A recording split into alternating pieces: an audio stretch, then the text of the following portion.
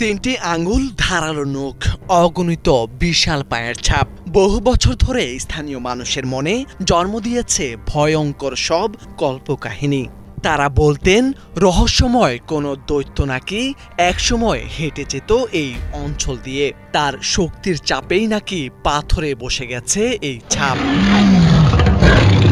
কিন্তু ৬০-এর দশকে বিজ্ঞানীরা এসে পাল্টে দিল সেই ধারণা। পরীক্ষা নিরীক্ষায় নিশ্চিত হলো এগুলো কোনো দৈত্য নয়, বরং দোপে বিশাল ডাইনোসরের পায়ের চিহ্ন। ৬ কোটি বছর আগে আন্দিজ পর্বতমালায় নদীখাল জলাশয় জুড়ে দাপিয়ে বেড়াতো এসব প্রাণী। সে জলাশয় বহু আগেই হারিয়ে গেছে। জায়গায় জায়গায় এখন পাহাড়ি গ্রাম, তেরো এবং উদ্যান।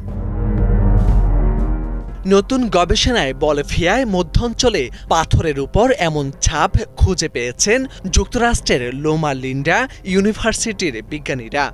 জানান অবিশ্বাস্য ১৬,৬০০ ডাইনোসরের পায়ের ছাপের কথা। এর মধ্যে রয়েছে একসময়ের ভয়ঙ্কর শিকারী টিরানোসারাস রেক্সের বা টি-রেক্সের ছাপও। গেল সপ্তাহে প্রকাশিত হয়েছে তাদের গবেষণার ফলাফল, যা উঠে এসেছে আন্তর্জাতিক সাময়িকী PLOS-ONE।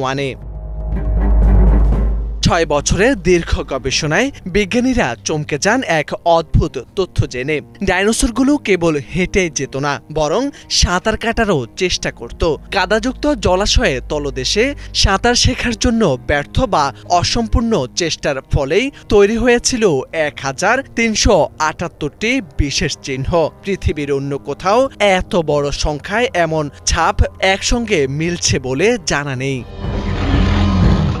তবে বিস্ময়ের আরেক দিক হলো, এত পায়ের ছাপ মিললেও এখনো পাওয়া যায়নি কোনো ডাইনোসরের হাড় বা জীবাশ্ম। বিজ্ঞানীদের ধারণা, চাষাবাদ ও উন্নয়ন কাজে হয়তো প্রাকৃতিকভাবে থাকা জীবাশ্ম নষ্ট হয়ে গেছে। আরেকটি সম্ভাবনা হলো ডাইনোসররা হয়তো স্থানীয়ভাবে সেখানে থাকতো না। পেরু থেকে আর্জেন্টিনা পর্যন্ত যাতায়াতের পথে এটি ছিল তাদের একটি অস্থায়ী করিডর। অস্ট্রেলিয়ার ইউনিভার্সিটি অব কুইন্সল্যান্ডের গবেষক অ্যান্থনি রোমিলিও জানান, অনেক সময় জীবাশ্মের চেয়ে পায়ের ছাপ ডাইনোসরের আচরণ সম্পর্কে বেশি তথ্য দেয়। কখন তারা ধীরে হেঁটেছে, কখন দৌড়েছে কিংবা কখন থেমে গেছে, আবার কখন সাঁতার শেখার চেষ্টা করেছে, এসবই বোঝা যায় ছাপের ধরন দেখেই। বলিভিয়ার তেরো অঞ্চল তাই এখন শুধু পর্যটনের আকর্ষণ নয়, ডাইনোসর ইতিহাসের এক অনন্য জাদুঘর, যেখানে পাথরের প্রতিটি ছাপে লুকিয়ে আছে কোটি বছরের পুরনো এক প্রাণী জগতের গল্প। মোর্শেদ আলম, বাংলা ভিশন।